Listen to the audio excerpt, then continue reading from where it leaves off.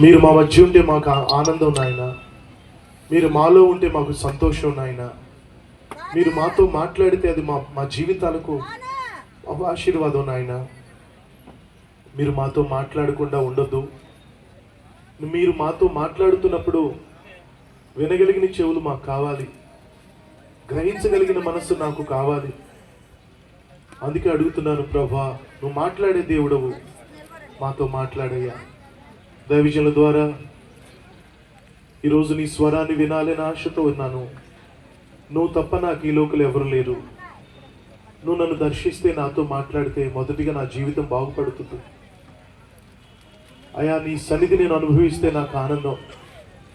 ఏ స్థితిలో వచ్చానో నీకు తెలుసు, ఏ పరిస్థితుల్లో వచ్చానో నీకు తెలుసు.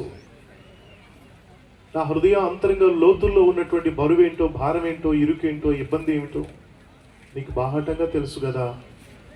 నీకు మరుగైనది ఏదీ లేదయ్యా. ఆశ్చర్యకరుడవు, అద్భుతాలు చేసే దేవుడవు, అత్యధిక ప్రేమ స్వరూపివి నీవు. నీకు అసాధ్యమైంది ఏదీ లేదు నాయన. తండ్రి, నన్ను చూడయ్యా, నన్ను దర్శించయ్యా. ఎంత ఆశ్చర్య కార్యము, ఎన్ని ఆశ్చర్య కార్యాలు ఈ సంవత్సరం మొదటి జనవరి నెలను మొదలుకొని ఈ సంవత్సరాంతం వరకు నాయన నీ కాపుదలు ఇచ్చారు. ఈ సంవత్సరంలో మా కళ్ళ ముందే గతించిపోయిన వారు ఎంతోమంది ఉన్నారు, కానీ మమ్మలను మాత్రం నువ్వు సజీవ లెక్కలో ఉంచావు. దానికి కారణం మా నీతి కాదు, మా యథార్థత కాదు, మా పరిశుద్ధత కాదు, మా ఆత్మీయత కానే కాదు. కేవలం నీ కృప నాయన, నీ దయ. మా ఎడల మీరు కనపరుస్తున్న అపారమైన జాలి నాయన, ఏమిచ్చి నీ రుణం తీర్చుకోగలుగుతాను. కృతజ్ఞతాస్తుతులు చెల్లిస్తూ ఉన్నానయ్యా. ప్రభా, నన్ను దర్శిస్తావని ఆశతో కనిపెట్టుకుని మొరపెడుతున్నానయ్యా అని కాసేపైనా ప్రార్థన చేయండి. ఎవరైనా నిన్ను చూసినప్పుడు నువ్వు ప్రార్థిస్తూ కనిపిస్తే అది ఇతరులకు మాదిరికరంగా ఉంటుంది.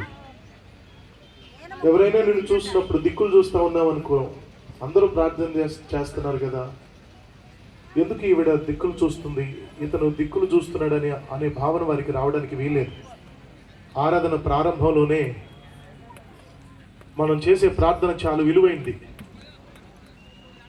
దేవుడు మన హృదయాన్ని పరిశీలిస్తున్నప్పుడు, పరిశోధిస్తున్నప్పుడు మన హృదయంలో ఉన్న దాగి ఉన్న ప్రార్థన కూడా ఆయన జ్ఞాపకం చేసుకుంటాడు. ఆరాధన ప్రారంభంలోనే తిరిగి వెళ్ళేటప్పుడు ఆశీర్వాదాలతో మనం తిరిగి వెళ్దాం. వాక్యముతో మన హృదయాల నిండా నింపుకొని వెళ్దాం.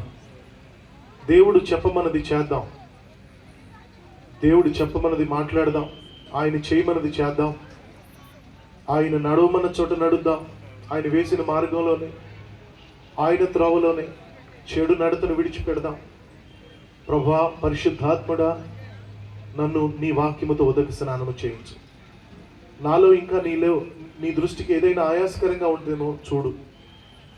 139వ కీర్తనలో ఉంది, ప్రభువా, నన్ను పరిశీలించి ఉన్నావు, నువ్వు నన్ను బాగుగా ఎరిగి ఉన్నావు, నువ్వు నన్ను చూస్తూ ఉన్నావు, నువ్వు నన్ను గమనిస్తూ ఉన్నావు.